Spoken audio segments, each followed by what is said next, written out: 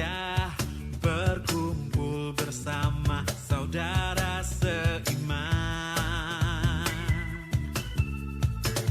Tuhan Yesus telah satukan kita tanpa memandang di antara kita. Bergandengan tangan dalam kasih, dalam satu hati, berjalan dalam terang kasih Tuhan. Kau sahabatku, kau saudaraku, tiada yang dapat memisahkan kita. Oh, kau sahabatku, kau saudaraku, tiada yang dapat memisahkan kita.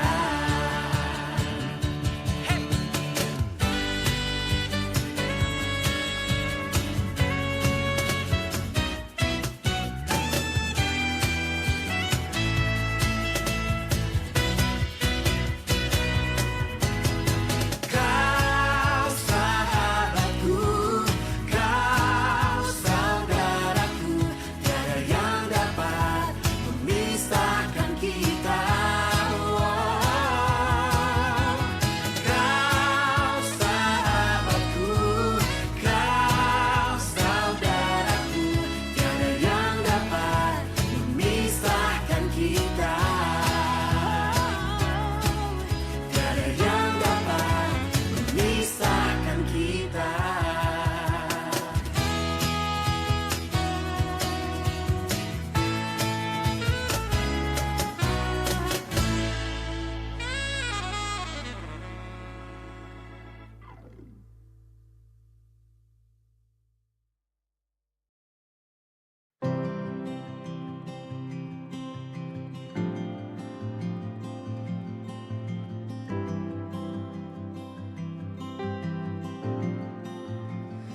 What gift of grace is Jesus my Redeemer? There is no more for heaven now to give.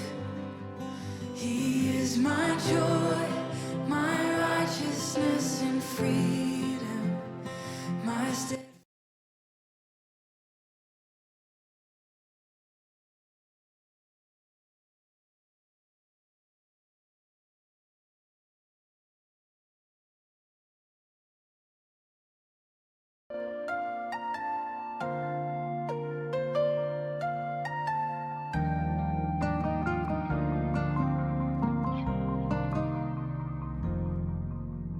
Ajarku mengerti saat jalanmu tak bisa kulihat. Kau tetap setia, ingatkanku lagi. Hidupku ada di dalam tanganmu, rancanganmu Tuhan, indah dan mulia. Tuhan tak pernah gagal, sanggup buktikan janji setiamu untuk selamanya. Imanku berkata, Tuhan tak pernah gagal.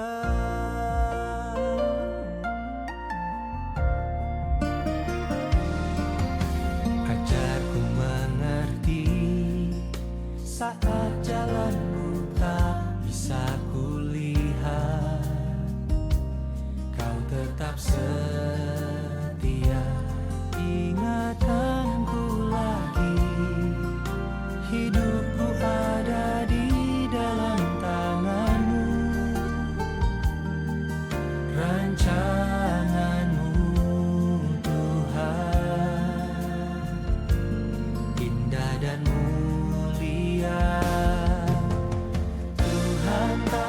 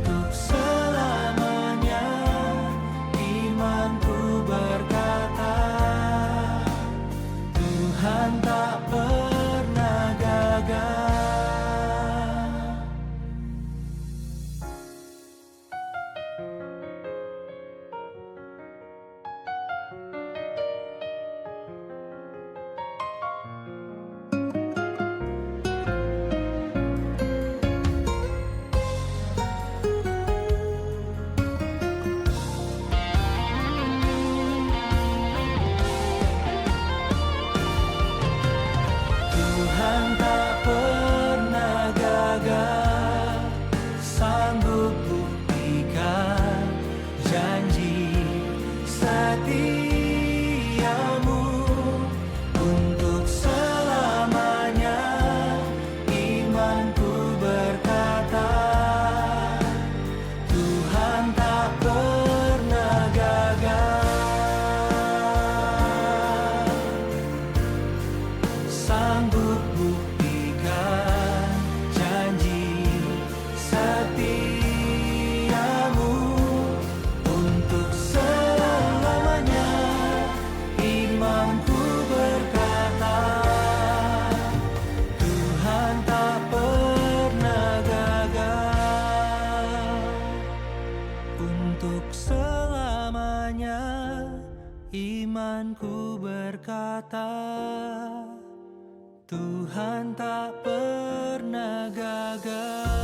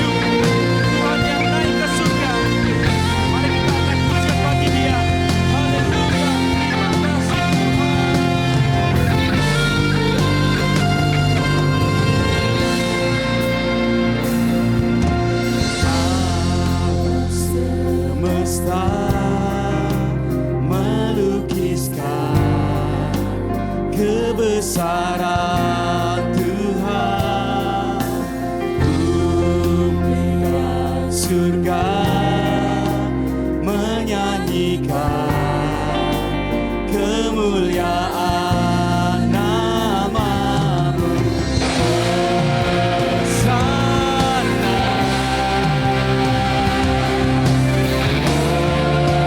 Hosana,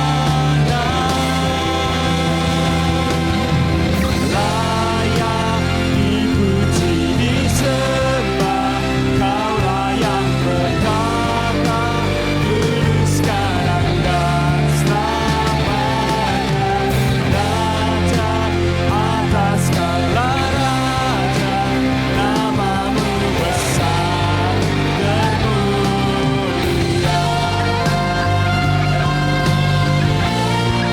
Engkau layak disembah Tuhan.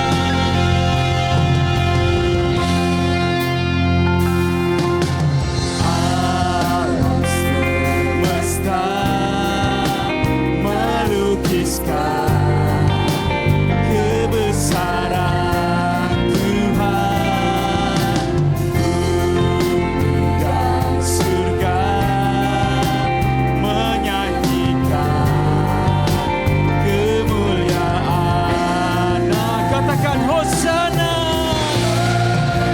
Sana, Hosana, Sana, layak dipuji disembah, Kaulah yang tetap, dulu sekarang dan selamanya. Raja atas segala raja, nama-Mu besar termulia.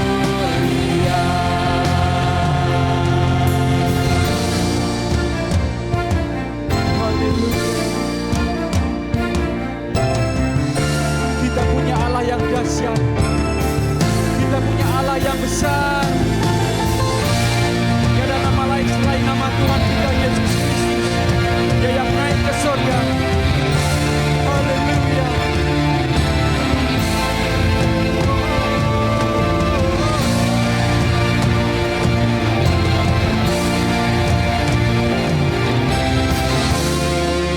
Hosana,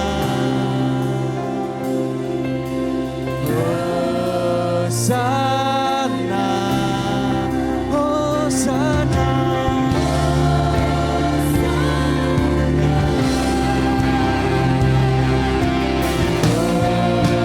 Hosana, layak dipuji disembah, Kaulah yang bertata, dulu sekarang dan selamanya. Raja atas segala raja, nama-Mu besar termulia. Mari kami berdiri serukan, layak dipuji disembah, Kaulah yang bertata, dulu sekarang dan selamanya. Raja segala raja, Raja, nama-Mu besar termulia.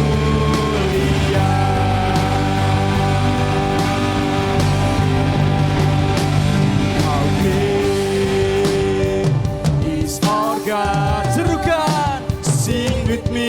How great is our God, and all we see. How great is our God. Come on, how great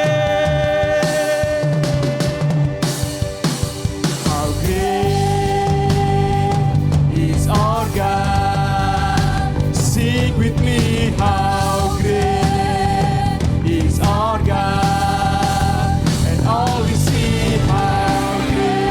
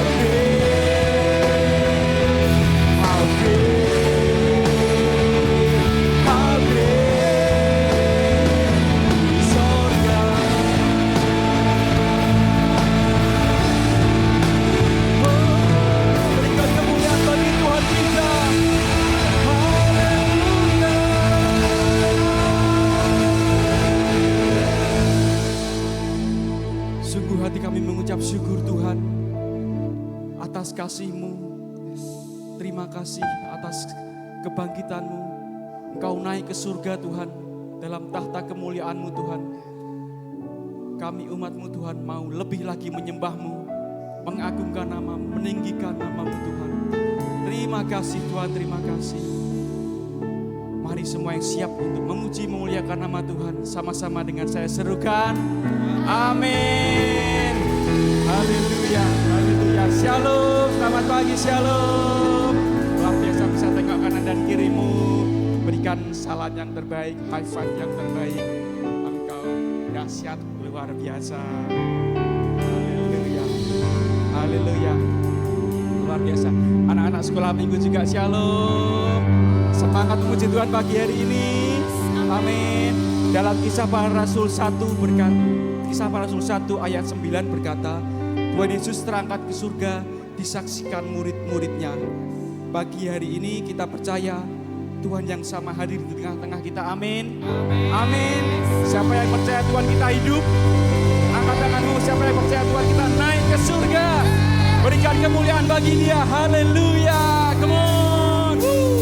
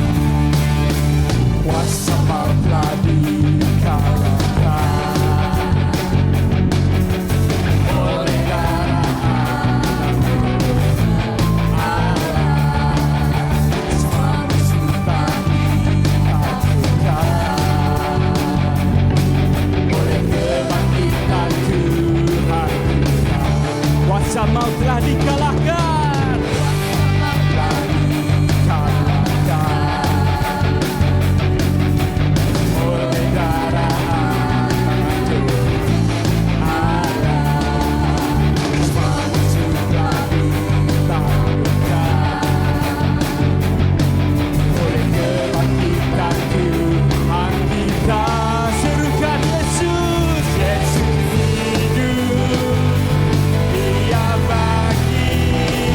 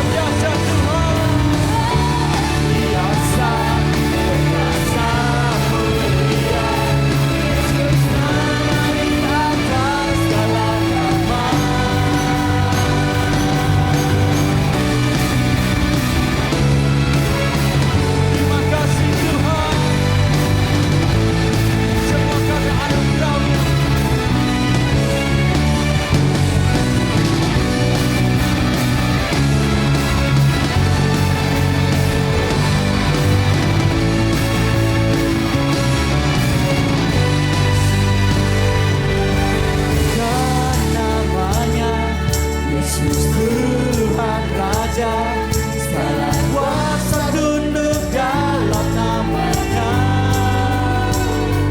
Dia luar biasa, perkasa mulia.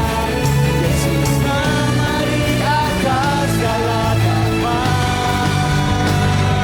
Serukan namanya, Yesus Tuhan Raja, segala kuasa tunduk dalam namanya.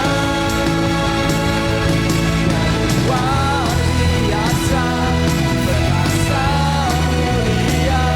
Yesus nama di atas segala nama. Yesus nama di atas segala nama. Iman surga, nama di atas segala nama.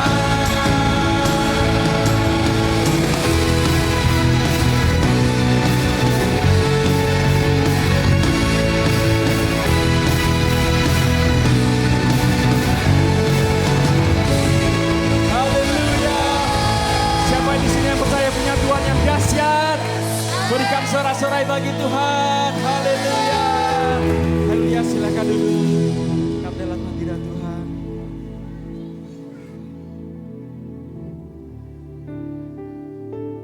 Haleluya. Dengan penuh ucapan syukur, kita mau memandang lebih lagi kepada Tuhan kita. Haleluya. Dia yang memberikan anugerah, Dia yang memberikan pengampunan, Dia yang memberikan kebebasan bagi kita.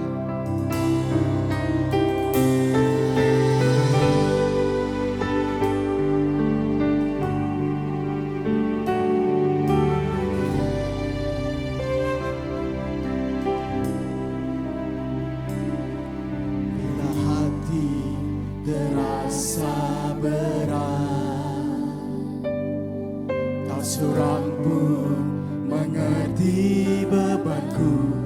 Ku tanya Yesus, apa yang harus ku buat? Dia berfirman, mari datanglah. Dia selalu pedulikan aku. Ku datang Yesus,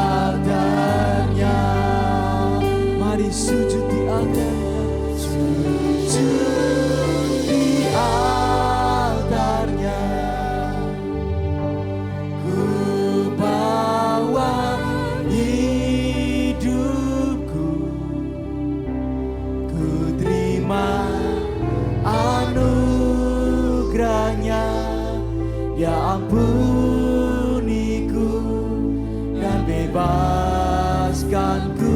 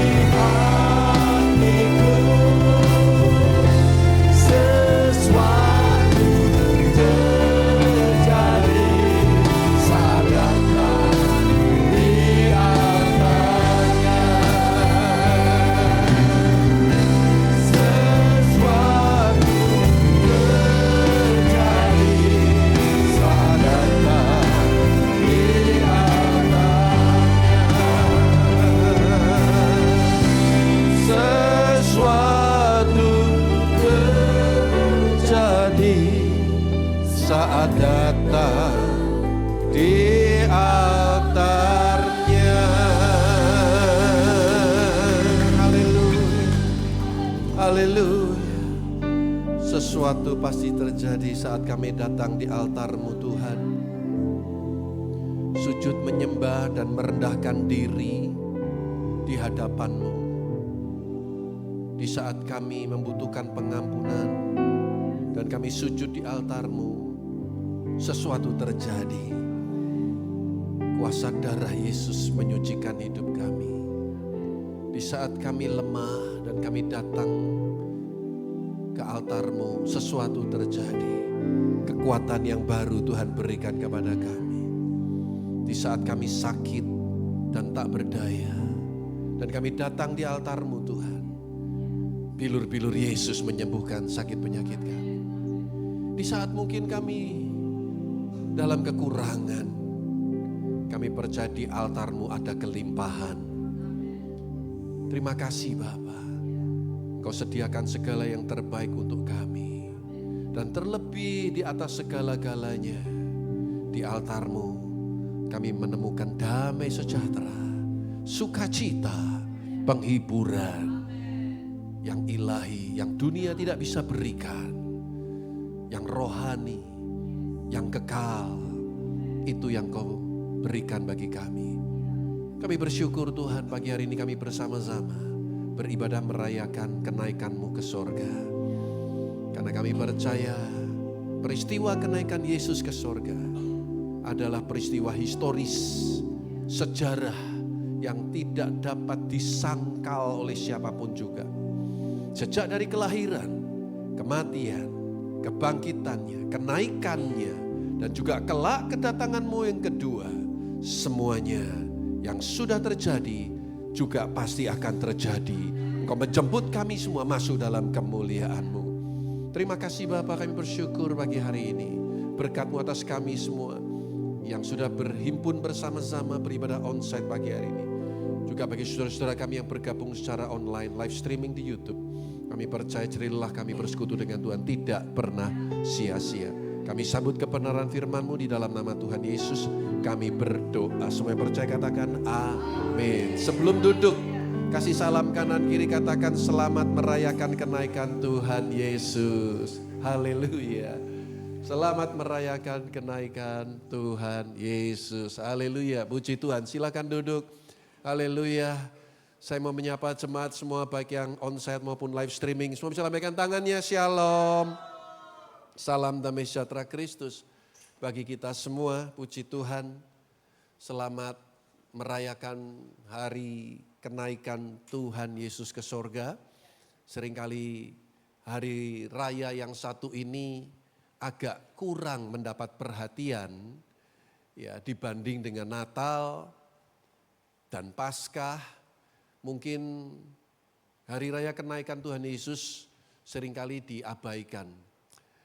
Dan saudara, kita bersyukur karena di Indonesia kalender kita merah. Itu artinya kita diberi kesempatan untuk libur. Amin. Enggak, untuk ibadah kenaikan Tuhan Yesus.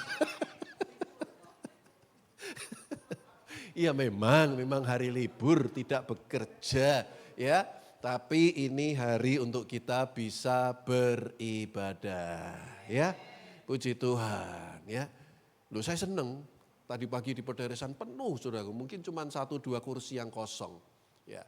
Karena kalau saya khotbah di hadapan 5 orang dan di hadapan sekian ratus orang kan sama aja. Masa Anda enggak kasihan saya khotbah sama jemaat sedikit? Kalau enggak datang pada izin pergi berlibur, ya kan? Tapi saya bersyukur semua antusias di sini untuk beribadah. Dan saya yakin semua kita dalam keadaan yang baik dan diberkati Tuhan. Nah, saya beri tema khotbah pagi hari ini yaitu Kristus Sang Perintis. Kristus Sang Perintis. Ibrani 6 ayat 19 dan 20 akan menjadi ayat rujukan kita untuk kita renungkan bersama-sama pagi hari ini. Dikatakan pengharapan itu adalah sauh yang kuat dan aman bagi jiwa kita yang telah dilabuhkan sampai ke belakang tabir, di mana Yesus telah masuk sebagai perintis bagi kita ketika ia menurut peraturan Melkisedek menjadi imam besar sampai selama-lamanya. Amin. Pengharapan itu. Apa yang dimaksud dengan pengharapan itu? Ini adalah pengharapan akan kepastian, keselamatan di dalam Yesus Kristus Tuhan. Sering saya katakan bahwa pengharapan itu oksigen bagi jiwa kita. Orang kalau sudah tidak punya pengharapan, nggak akan semangat hidupnya. Orang yang sudah tidak punya pengharapan, tidak sedikit yang akhirnya budir. Tahu budir? Nah itu saudara ya. Orang yang sudah tidak punya pengharapan, mungkin udah males makan. Nggak semangat diajak pergi, diajak bicara. Cara pikirnya sudah beda. Negatif melulu. Karena udah nggak punya pengharapan. Tapi sebaliknya kalau kita punya pengharapan, walaupun di dalam kesulitan, di dalam kesesakan kehidupan ini, kita akan selalu cari cara bagaimana caranya kita mencapai apa yang kita harapkan itu. Kalau kita masih punya pengharapan dan Anda hidup di dalam pengharapan, saudara, kita akan berusaha bagaimana caranya lepas dari semua kesulitan dan tantangan dalam hidup ini. Dan Yesus itu adalah pengharapan kita. Untuk setiap apapun yang menjadi pergumulan dalam kehidupan kita. Baik dalam kehidupan kita di dunia ini sampai ke dalam kekekalan. Yesus adalah pengharapan kita. Pengharapan untuk kita diampuni dari dosa-dosa kita. Pengharapan untuk kita disembuhkan. Pengharapan untuk kita diselamatkan. Pengharapan akan memperoleh kehidupan yang kekal. Yesuslah pengharapan kita. Makanya juga ada ungkapan kalau kita tidak hidup dalam pengharapan, sebetulnya orang itu sudah mati tapi belum dikubur. Saya berdoa setiap kita yang duduk di sini atau yang menyaksikan program ini, firman Tuhan ini, kita jaga atmosfer pengharapan kita di dalam Yesus Kristus Tuhan. Jangan sampai apapun pergumulan, setiap tantangan dalam hidup ini mengalihkan perhatian kita sehingga kita ini putus asa. Kita kecewa dengan hidup ini. Karena kita zoom in, kita lebih fokus kepada penderitaan, kepada tantangan, kegagalan kita. Tapi kita mau zoom in, kita mau perbesar pengharapan kita di dalam Yesus Kristus. Alkitab katakan bahwa pengharapan kita di dalam Yesus Kristus Tuhan tidak pernah mengecewakan. Pengharapan kita kepada sesama kita, kepada teman kita, seringkali kita dikecewakan. Bahkan Anda berharap kepada orang tua pun Anda bisa kecewa. Walaupun orang tua tidak bermaksud mengecewakan, tapi ekspektasi kita yang gak sesuai dengan kenyataan. Anda bisa kecewa juga.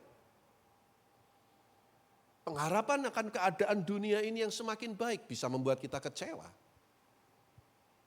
Bukannya tambah baik, semuanya sepertinya semakin bertambah buruk. Kemarin saya sempat dengar cerita, ada rekan hamba Tuhan, mobilnya harus isi bahan bakarnya sudah Dexlite atau Pertamina Dex, ya, bahan bakar solar yang mahal. Dan dia cerita katanya bisa sampai 2 juta rupiah sekali isi kalau tangkinya kosong. 2 juta isi bahan bakar. Dulu saya ini sering kadang agak-agak bukan mengeluh gimana ya. Mobil yang abu-abu itu kan mobil yang dari ibu mertua ya.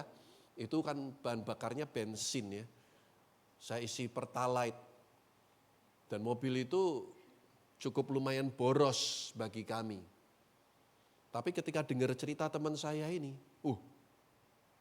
mobil saya ini termasuk irit sekarang saudara. Ya kan? 400.000 sudah full tank. Teman saya harus 2 juta. Saudara, kalau kita fokus dengan hal-hal seperti ini, rasanya hidup ini gak ada yang pasti. Saya berdoa supaya tangkap kebenaran firman Tuhan ini. Pengharapan kita hanya di dalam Yesus Kristus Tuhan. Yang digambarkan seperti sauh. Sauh itu apa? Jangkar. Yang kuat dan aman bagi jiwa kita yang telah dilabuhkan sampai ke belakang tabir. Ini istilah-istilah kelautan ya. Dilabuhkan. Maksudnya apa ini?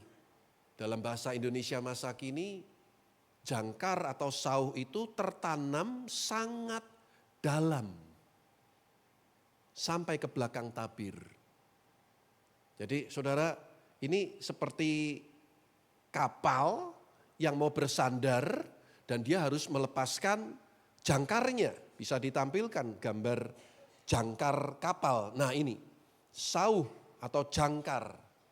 Bahasa Inggrisnya anchor. Bahasa Yunaninya akura. Artinya apa saudaraku? Akura itu artinya melindungi, menjaga.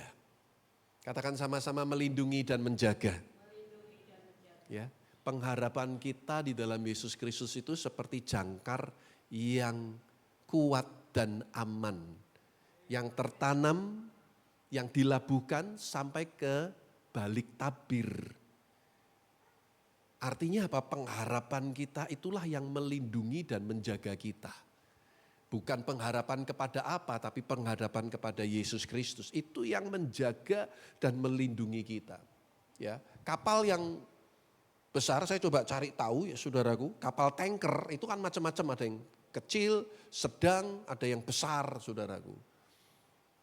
Saya lihat saudaraku, beratnya itu kalau kosong, belum ada minyaknya, ini ukuran yang mungkin sedang sampai besar ya.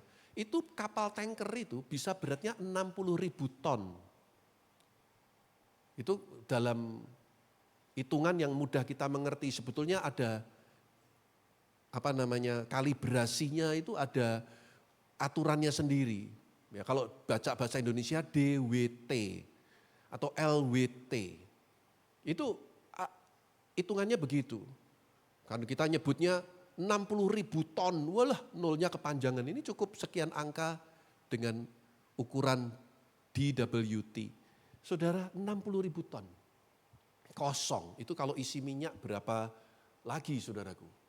Dan saya coba cari tahu seberapa beratnya jangkar itu. Jangkar itu berkisar antara 500 kilogram, ya, itu kalau untuk kapal-kapal kecil, sampai bisa 12 ton. Semakin besar kapalnya, semakin besar jangkarnya. Dan sebesar apapun kapal itu, saudaraku, kalau jangkarnya sudah dilepaskan, dilabuhkan, karena saking beratnya, tidak bisa pakai tali biasa, tapi juga harus dengan rantai, saudaraku. Ketika kemudian dalam bahasa Alkitab ini dilabuhkan atau tertanam di dasar laut, maka kapal yang begitu berat dan besar pada saat diterpa oleh badai, oleh gelombang yang besar, kapal itu nggak akan kemana-mana. Karena ada jangkar yang sepertinya mengikat dia, menahan dia. Mau digoyang ke kanan, ke kiri, saudaraku, angin, badai seperti apa, nggak akan hanyut. Kalau jangkar itu sudah dilabuhkan, sudah tertanam, saudaraku, krisis, kesulitan apapun datang menerpa kapal itu, hujan badai berhari-hari, berminggu-minggu, kapal itu nggak akan kemana-mana. Demikian juga hidup saudara dan saya. Kalau kita menaruh pengharapan kita kepada Kristus yang seperti sau, seperti jangkar, yang kuat dan aman ini, maka anchor ini, sau ini akan melindungi kita dan menjaga kita. Sehingga kita tidak akan karam, kapal kehidupan kita nggak akan kandas, kapal kehidupan kita nggak akan tenggelam. Kapal perekonomian kita, saudaraku, nggak akan tenggelam. Kita nggak akan diliputi dengan semua badai kesulitan itu. Kita akan tetap terhubung dengan Kristus. Karena dialah sau yang kuat itu. Dialah jangkar kehidupan kita. Maka penting untuk kita selalu terkoneksi. Ada rantai yang mengikat antara jangkar itu dengan kapal gitu. Itulah kasih Kristus, saudaraku. Yang membuat kita tetap bisa bertahan di tengah-tengah badai yang bergelora dalam kehidupan ini, saudara.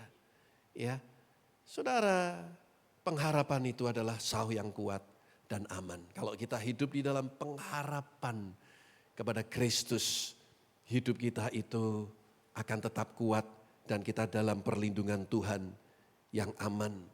Dalam King James digunakan kata sure and steadfast. Ya, sure and steadfast. Sure dalam bahasa aslinya, saudaraku, ya. Kata, kalau mungkin dalam bahasa Indonesia digunakan kata kuat. Itu digunakan kata aspales, kuat, kokoh, teguh. Kata aman, steadfast, dari bahasa Yunaninya bebaios, artinya stabil, erat, dapat dipercaya. Amin. Ya, stabil. Loh Pak, kan goyang tadi. Iya, tapi tetap stabil. Makanya orang yang betul-betul punya pengharapan di dalam Kristus yang kuat, walaupun mengalami goncangan seperti apapun, jiwanya tetap stabil. Enggak sampai kena gangguan jiwa, enggak sampai depresi. Apalagi sampai ODGJ. Ya, sampai akhirnya jadi ODGJ.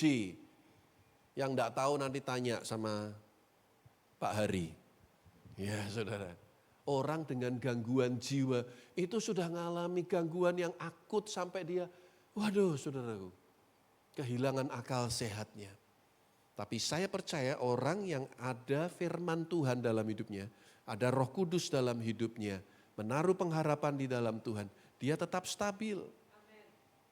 Dia tetap erat terkait dengan Kristus. Karena Kristus adalah jangkar yang kuat, yang aman, yang melindungi dan menjaga kita semua dari setiap perkara kehidupan di dunia ini. Saya lanjutkan saudara. Alkitab mengatakan dilabuhkan sampai ke belakang tabir. Apa maksudnya? Dilabuhkan sampai ke belakang tabir. Ingat, pada saat Yesus mati, tirai bait Allah itu terbelah menjadi dua. Bukan dari bawah ke atas seolah-olah ada manusia yang merobeknya. Tapi ini adalah intervensi Allah sendiri. Robek dari atas ke bawah. Ini bukti bahwa campur tangan Tuhan. Dengan terbelahnya, robeknya tirai itu. Menggambarkan sebuah kualitas hubungan yang baru sedang terjadi melalui kematian Kristus. Sebuah level hubungan yang baru sedang dibuka oleh Tuhan Yesus. Tirai itu memisahkan antara ruang kudus dan ruang maha kudus. Di mana imam besar hanya imam besar. Nggak boleh sembarang imam. Bukan imam-imam yang melayani di pelataran. Hanya imam besar yang boleh masuk ke ruang maha kudus. Itu pun hanya 1 kali dalam setahun. Pada hari raya pendamaian. Dan pada waktu masuk kakinya harus diikat dengan rantai. Ada loncengnya. Karena kalau imam besar itu kedapatan ada salah, ada dosa. Pada saat itu juga dia akan mati. Dan bagaimana untuk menarik keluar? Bagaimana siapa yang berani masuk? Itulah gunanya rantai tadi. Ikatan di kaki imam besar itu. Maka lonceng itu akan berbunyi ketika tali atau rantai itu digoyangkan. Kalau enggak ada reaksi dari dalam, berarti imam besarnya mati. Dan itu harus ditarik keluar karena enggak ada yang berani masuk. Sedemikian mengerikannya menjalin hubungan dengan Tuhan. Kalau kita masih pakai konsep perjanjian lama. Bahkan pada waktu Musa mau naik ke Gunung Sinai, saudaraku, Harun dan semua orang Israel enggak boleh ikut, hanya Musa saja yang naik. Dan mereka yang memandang wajah Tuhan dalam kemuliaannya, saudaraku, bisa mati. Enggak main-main, saudaraku. Tapi Musa face to face dengan Tuhan. Yesus itulah imam besar yang merintis satu jalan yang baru untuk kita semua. Jadi apa artinya Yesus telah masuk sebagai perintis bagi kita? Kata perintis dalam bahasa Inggrisnya forerunner.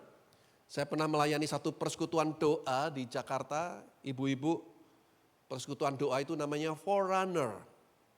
Jarang-jarang saya dengar ada persekutuan doa namanya forerunner. Artinya perintis, dalam bahasa aslinya prodromos, seseorang yang diutus menjadi pengintai. Menjadi pengintai, menjadi pembuka jalan.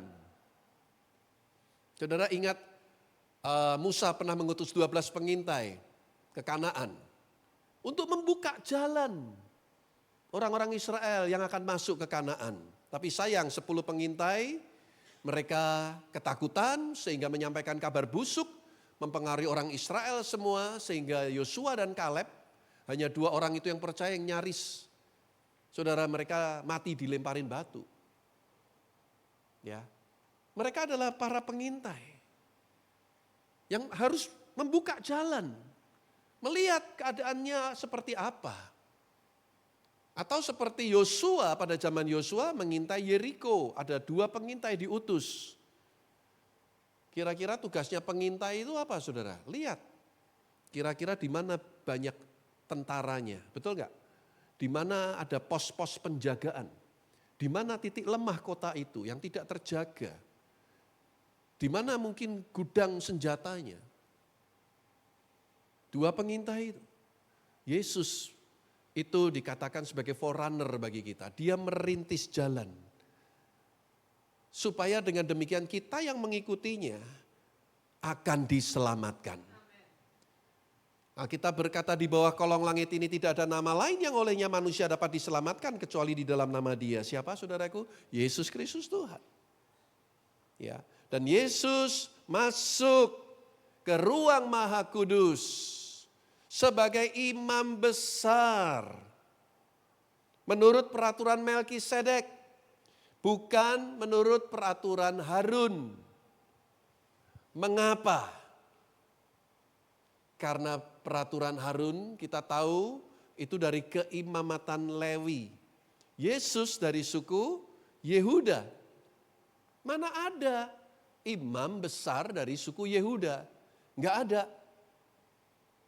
Tapi mengapa Yesus yang suku Yehuda diangkat jadi imam besar? Tidak dari imamat Harun, tapi dari Melkisedek. Menarik untuk kita renungkan bersama-sama pagi menjelang siang hari ini. Ya, coba kita lihat Ibrani 7 ayat 26 sampai 28. Sebab imam besar yang demikianlah yang kita perlukan, yaitu yang saleh tanpa salah. Kalau saleh itu tanpa salah. Tapi kalau tidak salah ya jangan disuruh ngaku salah, ya kan? Tanpa noda, yang terpisah dari orang-orang berdosa dan lebih tinggi daripada tingkat-tingkat sorga, yang tidak seperti imam-imam besar lain yang setiap hari harus mempersembahkan korban untuk dosanya sendiri dan sesudah itu barulah untuk dosa umatnya. Sebab hal itu telah dilakukan Yesus satu kali untuk kapan saudara? Untuk kapan? Belum kedengaran? Bilang sama-sama, selama-lamanya. Bukan satu hari, satu minggu, satu bulan, satu tahun. Dilakukan satu kali untuk selama-lamanya. Ketika ia mempersembahkan dirinya sendiri sebagai korban. Bukan darah domba, binatang, kambing. Tapi darahnya sendiri sebagai korban. Sebab hukum Taurat menetapkan orang-orang yang diliputi kelemahan menjadi imam besar. Tetapi sumpah yang diucapkan kemudian daripada hukum Taurat menetapkan siapa saudara? Anak. Yang telah menjadi sempurna sampai kapan? Selama-lamanya. Menetapkan anak, menetapkan Yesus menjadi imam besar untuk selama-lamanya. Jadi keimamatan Harun itu enggak sempurna. Bahkan kita semua tahu Harun satu kali ketika Musa tidak segera turun dari gunung Sinai, dia menggerakkan orang Israel membuat patung anak lembu emas. Masih ingat cerita itu? Dan orang Israel semua tersesat. Keimamatan Harun tidak sempurna. Berbeda dengan Melkisedek. Melkisedek adalah bentuk perwujudan Kristus yang datang ke dunia di dalam perjanjian lama. Yang seringkali juga punya istilah disebut istilah Kristopani. Penampakan Kristus di dalam perjanjian lama. Yang dikatakan tidak berbapak, tidak beribu, tidak bersilsilah, tidak berawal, tidak berakhir. Artinya dia awal dan dia akhir. Itulah Melkisedek. Dan Yesus ditarik dari garis keimamatan Melkisedek. Hidupnya tidak berawal, tidak berakhir. Yesus berkata, akulah awal dan akulah akhir. Yesus sendiri. Karena Melkisedek, gambaran Yesus yang saleh, yang tanpa salah, tanpa noda, yang terpisah dari orang-orang berdosa, lebih tinggi daripada tingkat-tingkat sorga. Jadi Yesus itu datang ke dunia, dia merintis jalan, supaya barang siapa yang percaya kepadanya tidak binasa, melainkan beroleh hidup yang kekal. Yesus sendiri berkata, akulah jalan, kebenaran, dan hidup. Tidak ada seorang pun sampai kepada Bapa kalau tidak melalui aku, kata Yesus. Di bagian yang lain dalam pembicaraan dengan perempuan Samaria, Yesus berkata, keselamatan datang dari bangsa Yahudi. Ini kalimat yang sangat-sangat sensitif. Mungkin orang bertanya, kenapa harus bangsa Yahudi? Karena inilah bangsa yang dipilih oleh Tuhan. Kenapa tidak bangsa Indonesia? Kenapa tidak bangsa Tiongkok? Kenapa tidak Amerika? Itu kasih karunia Tuhan. Pilihan Allah jatuh kepada bangsa Yahudi. Pilihan Tuhan, umat pilihan Tuhan. Sama seperti Bapak Presiden di hari kemerdekaan Republik Indonesia akan memberikan pembebasan cuma-cuma kepada narapidana.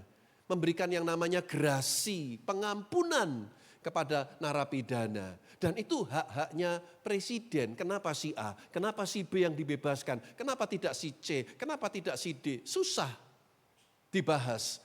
Karena itu hak prerogatifnya Bapak Presiden. Paham Bapak Ibu?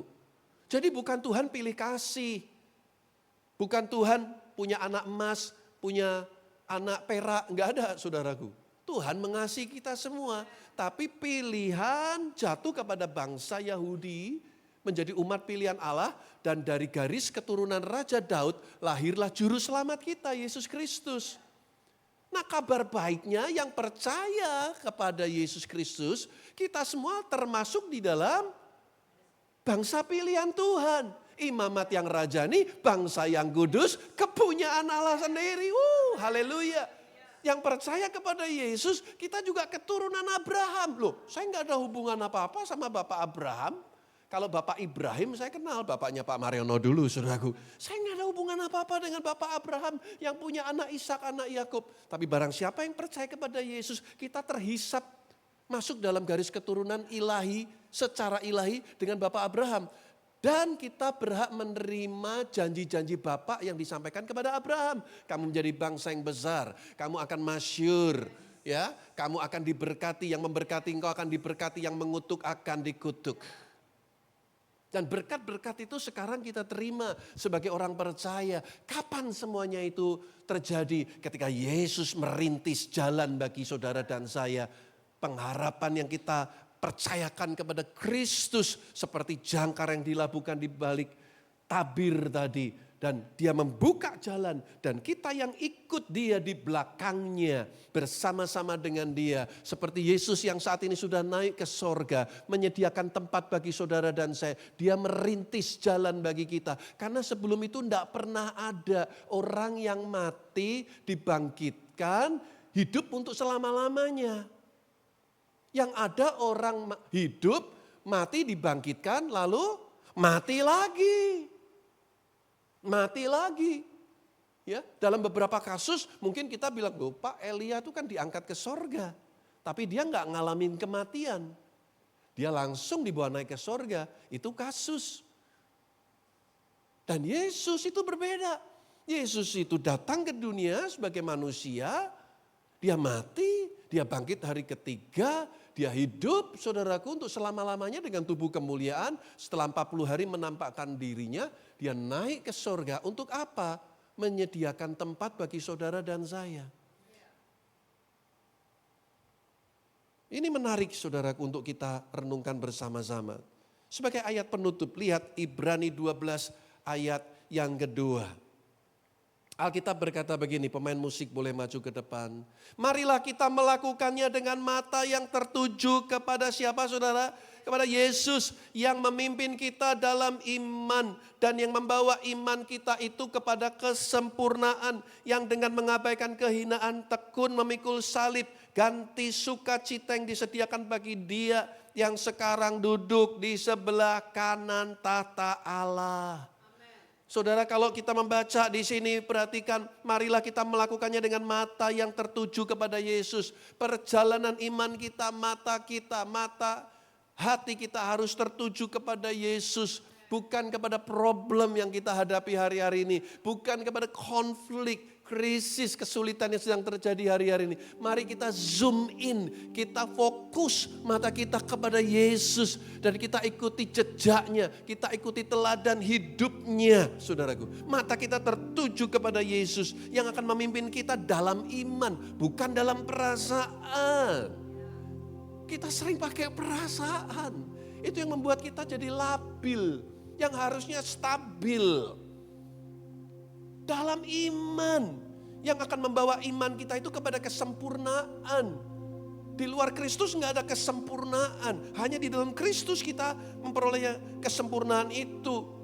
Dan Yesus mengabaikan kehinaan, dia tekun memikul salib sebagai ganti sukacita yang disediakan bagi dia. Dan ini menarik, yang sekarang, bilang sama-sama sekarang. Sekarang, Yesus ada di mana saudaraku? Duduk di sebelah kanan tahta Allah. Pengertian duduk di sebelah kanan tahta Allah bukan seperti saya melihat Bapak Ibu Saudara duduk di depan saya. Ini berbicara tentang kesetaraan Kristus dengan Allah Bapa di surga. Sama seperti kalau saya bilang, saudara ya, Bapak Pendeta Onesimus Mariono itu adalah tangan kanan saya. Apakah dia itu tangan sebelah kanan saya enggak punya tangan kanan gitu? Enggak kan? Artinya dia orang kepercayaan. Ada istilah kursi panas. Pernah dengar istilah kursi panas? Kursi yang diperebutkan banyak orang.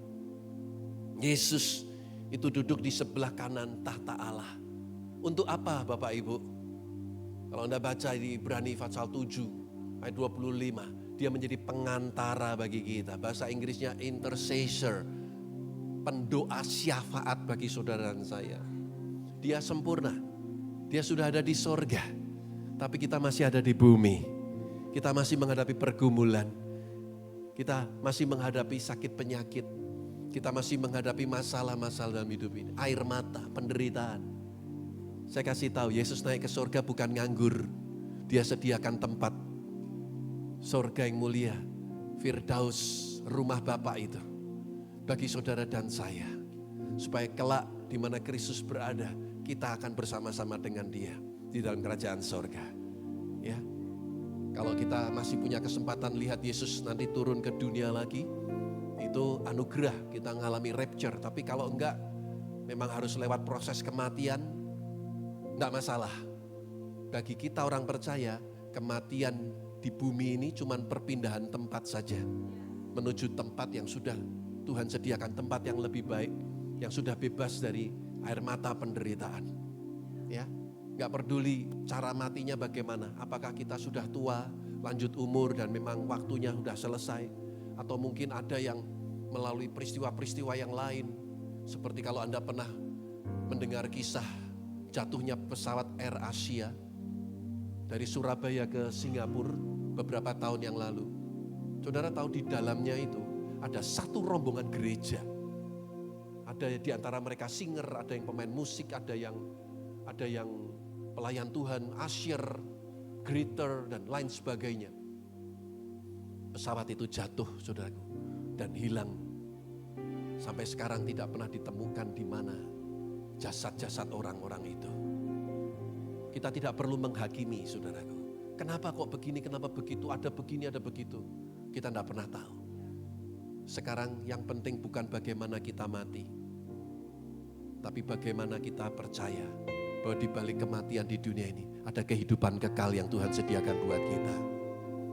Pastikan bahwa pada saat kita tinggalkan dunia ini, kita ini didapati di dalam jalan-jalan Tuhan, kehendak Tuhan. Itu yang jauh lebih penting, bukan soal berapa lama kita hidup. Amin. Yesus cuma hidup 33,5 tahun.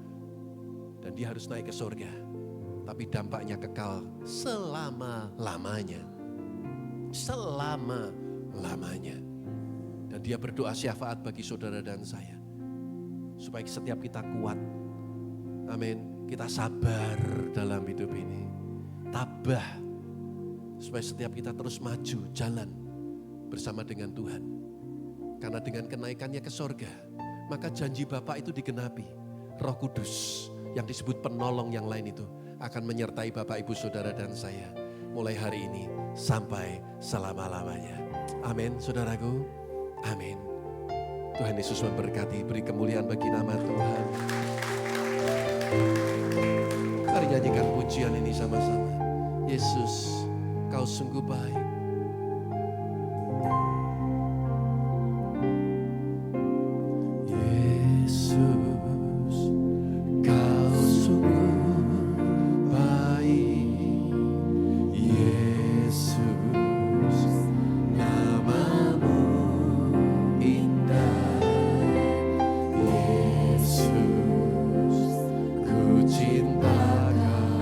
Selalu ku tinggikan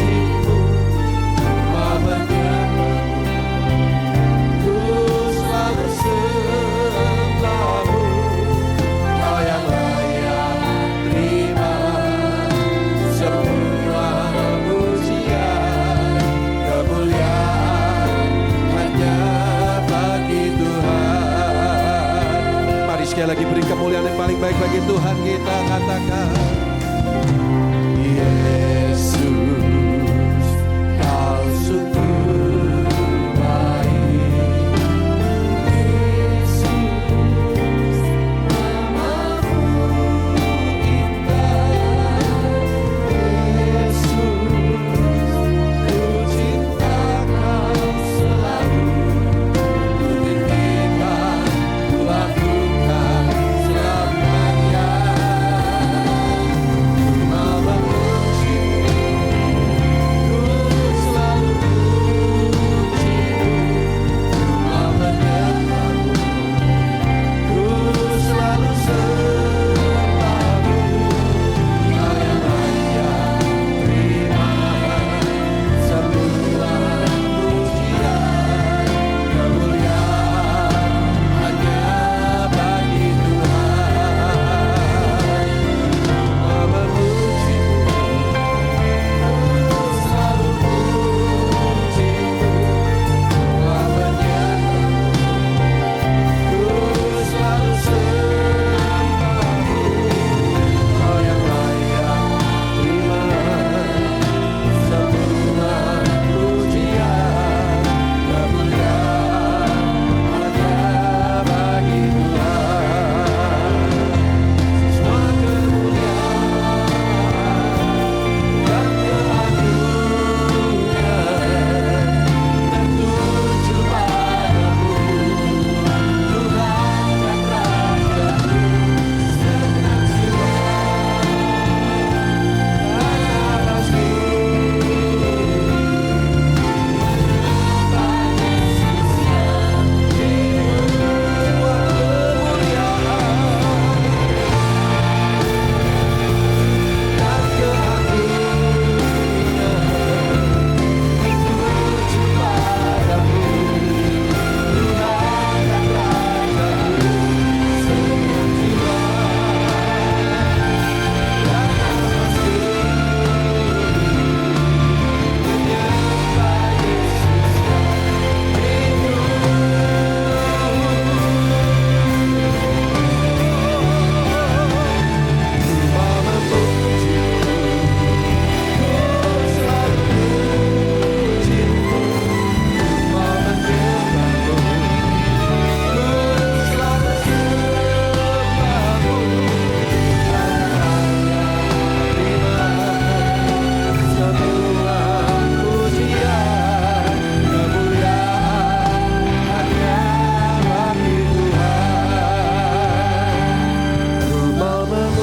yang jemaat angkat suara.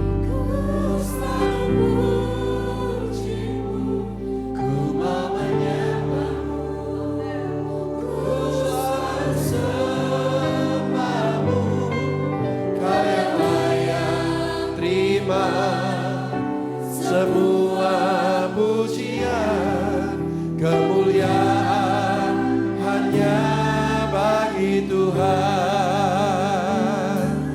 Ku mau memuji-Mu. Mari angkat tangan kita.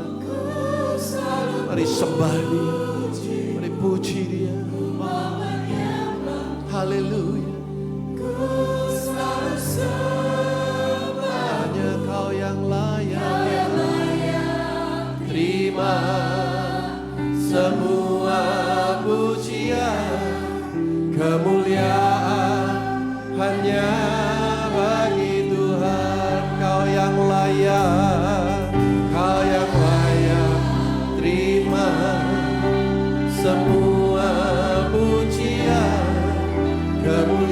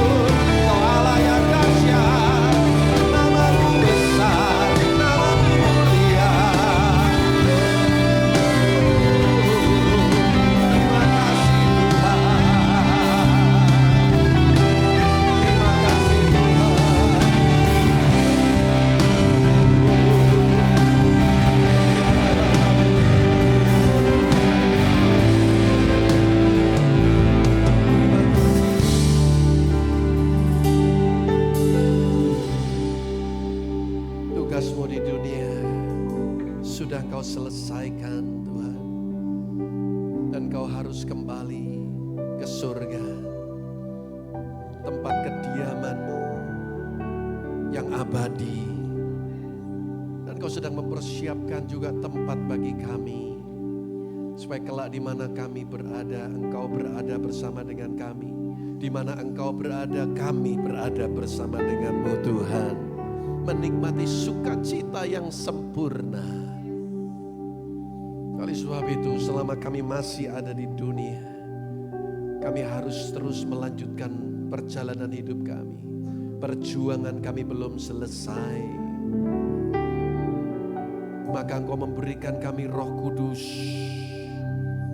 untuk menolong kami, memberi kami kekuatan, menyertai kami di dalam setiap musim kehidupan. Engkau menjadi imam besar menurut peraturan Melkisedek yang berdoa syafaat bagi kami, yang berdoa bagi kepentingan kami. Sementara seringkali kami hanya berdoa untuk kepentingan diri kami sendiri. Tapi Engkau Tuhan yang selalu mengasihi kami, tidak pernah meninggalkan kami sendiri. Terima kasih Bapa.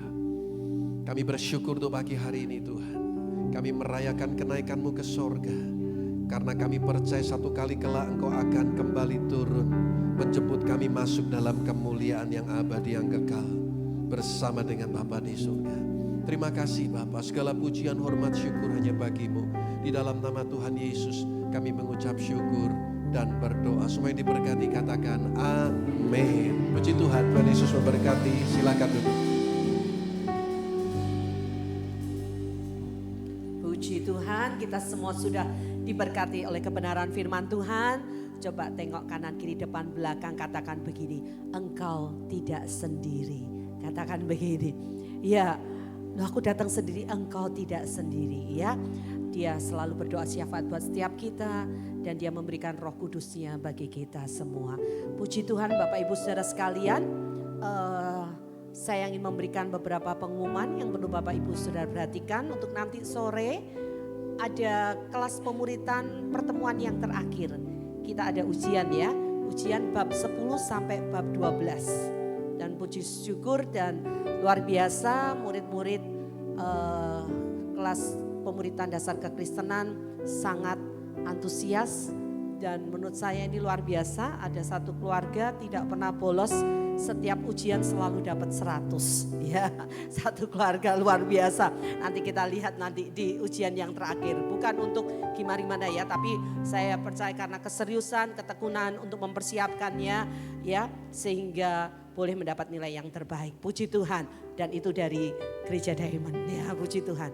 Dan untuk hari Sabtu ada acara atmosfer yang akan diadakan, kumpulnya di gereja ya, jam 4 sore. Saya mewakili atmosfer mengucapkan terima kasih untuk setiap tabungan Bapak Ibu Saudara sekalian. Dan nanti anak-anak akan berbagi kasih bersama-sama di kota Semarang. Puji Tuhan. Kemudian untuk hari Minggu kita akan bertemu untuk ibadah di tempat ini jam 8 pagi. Jam setengah 9 ada ibadah gereja anak. Dan di pederesan ada ibadah jam 7 dan jam 5 sore. Puji Tuhan, setiap ibadah juga ada gereja anak.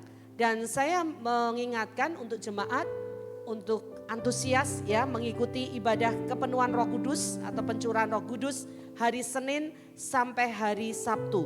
Di tempat ini hari Senin sampai Rabu, Kamis sampai Sabtunya di pederesan. Ayo saya mendorong jemaat Diamond ya, gunakan kesempatan ini saudaraku untuk kita semakin dipenuhi oleh Roh Kudus ya saudaraku. Terus minta untuk terus dipenuhi dan dipenuhi Roh Kudus. Jam 6:30 malam mulai dipersiapkan supaya pulang kerja mungkin bisa langsung ke tempat ini dan kita akan sama-sama mengikuti ibadah pencurahan Roh Kudus hanya 6 hari ya, puji Tuhan. Dan selesai ibadah ini, kalau Bapak Ibu tidak ada kegiatan yang lain, bisa kita berfellowship bersama-sama dari jemaat untuk jemaat dan oleh jemaat. Tuhan Yesus memberkati. Haleluya.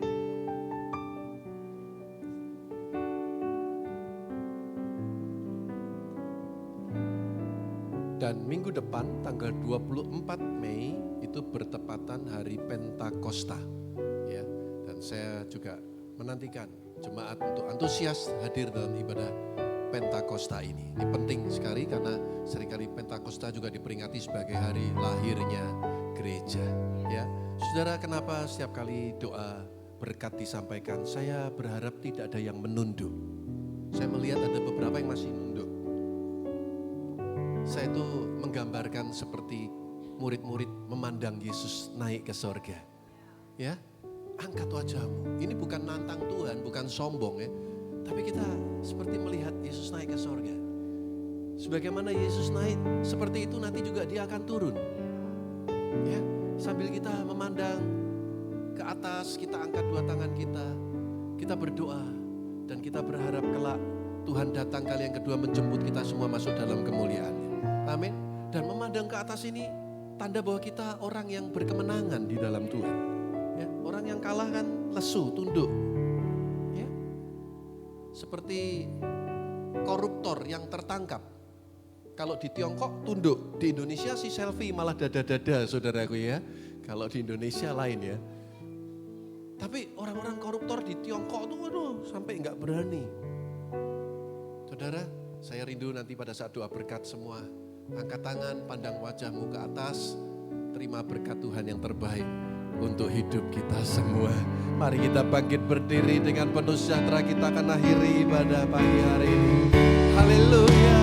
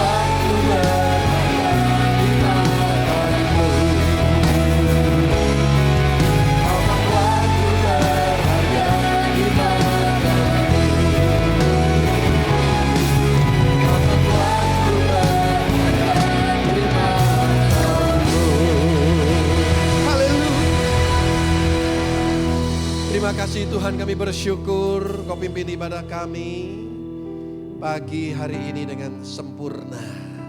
Demikian juga yang ada di Pederesan, dan doa kami juga untuk gereja-gereja yang lain yang ada di kota Semarang bahkan di Indonesia.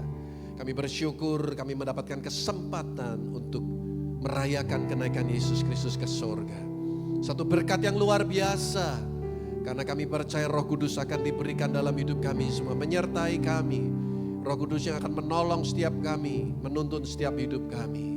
Tuhan memberkati ibadah Pekan Pentakosta yang sudah dipersiapkan.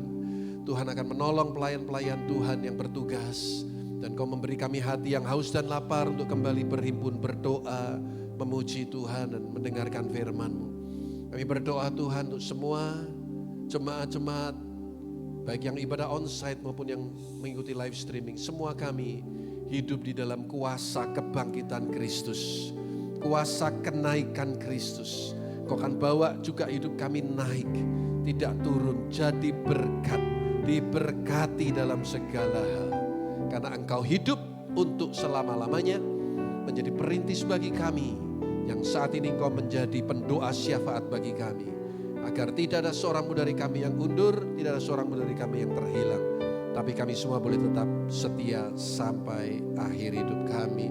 Terima kasih Bapak, jemaat yang tidak bisa hadir, yang sedang sakit dalam kelemahan tubuh, Tuhan sembuhkan, yang sedang bepergian, Tuhan melindungi.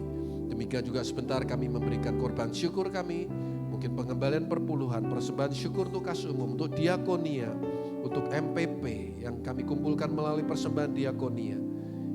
yang akan kami salurkan pada hari Senin ini tanggal 18 Mei ini. Tuhan, kami percaya semua kami diberkati Tuhan. Tidak ada yang kekurangan di antara kami.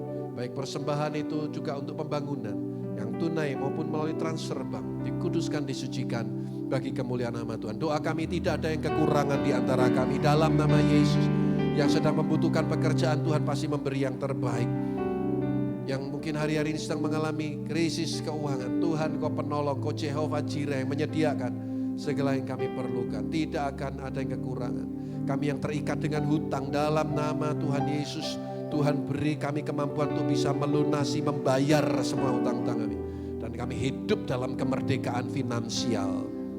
Untuk kami jadi berkat dimanapun kami semua berada. Terima kasih Bapa. Sebentar jemaatmu akan tinggalkan tempat ini, pulang ke rumah kami masing-masing.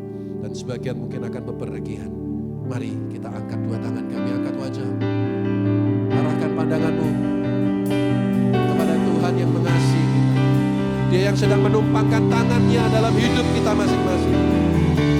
Bapak Ibu sudah dikasihi Tuhan, pulanglah dengan iman, pulang dengan percaya bahwa sesungguhnya berkat yang terbaik yang datang dari Allah Bapa di surga untuk tubuh, jiwa dan rohmu. Kasih sayang dan anugerah yang sempurna dari Tuhan Yesus dan persekutuan dengan Roh Kudus akan senantiasa memimpin, menyertai, menolong kita semua.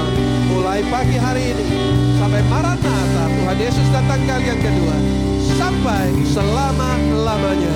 Semua yang diberkati katakan amin, haleluya. Selamat pagi, selamat pulang, selamat berlibur. Tuhan Yesus memberkati.